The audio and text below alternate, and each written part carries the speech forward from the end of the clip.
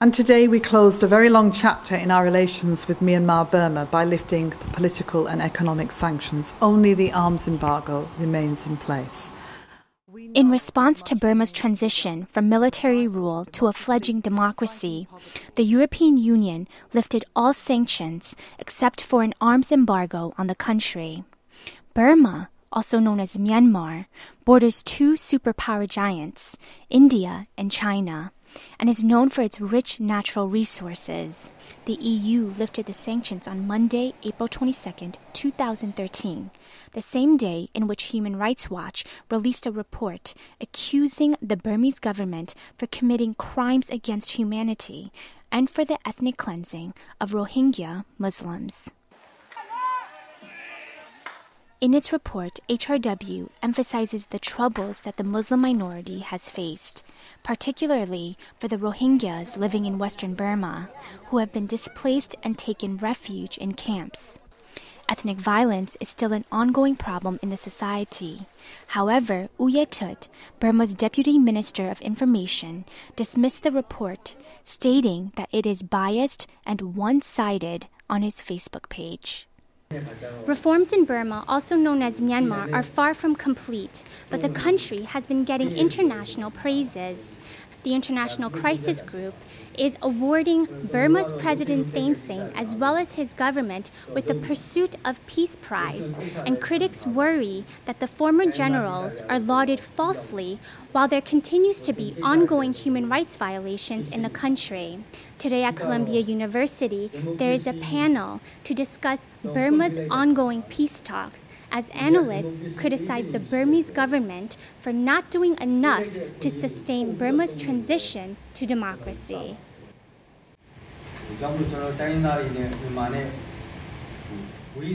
Aung Min is rumored to be the representative that President Thein Sein confides in the most.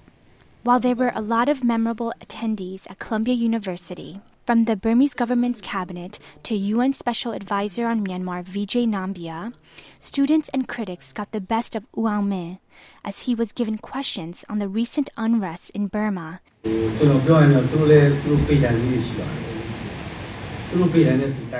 The ICG must have its own yardstick in deciding to bestow the award to the president and the government.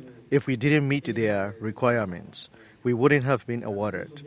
We will also do what we need to do to keep the reform process on track. We have granted democracy in Burma, but people don't know how to make use of the opportunities given to them. Sometimes they abuse these opportunities, and we must make sure that there is rule of law in the country. We won't leave the Muslims, either during the peace process. We will enforce rule of law in Burma. While many remain pessimistic about the Burmese government's transition to democracy, there were others who remained hopeful. I just want to say that I'm very excited to be here at this event today because the reason why we formed this group is to open this kind of dialogue, to raise the awareness, the development's growth in Burma with our Columbia communities and Burmese community here in New York. So I'm very excited, and I think if we can, create more dialogue in future, this will definitely bring a better, and more open and positive relationships between government and the people here. Nobel laureate Daw Aung Suu Kyi, who is now a member of parliament, is currently working with the Burmese government.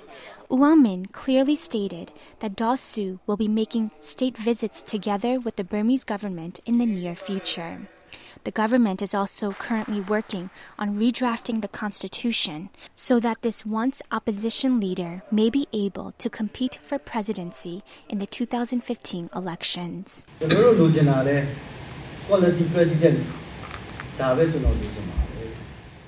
With regard to Daw Suu becoming president in 2015, we want to say that we need to care about is the quality of the president. The best person should become the leader of the country. We will accept the person that is elected by the people.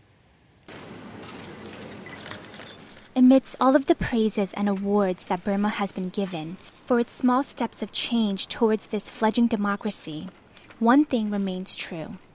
Burma has a strong opposition outside of the country that will question its every move. In other words, Burma is under the watchful eye of the international community to make sure that the country's transition towards democracy is a peaceful one.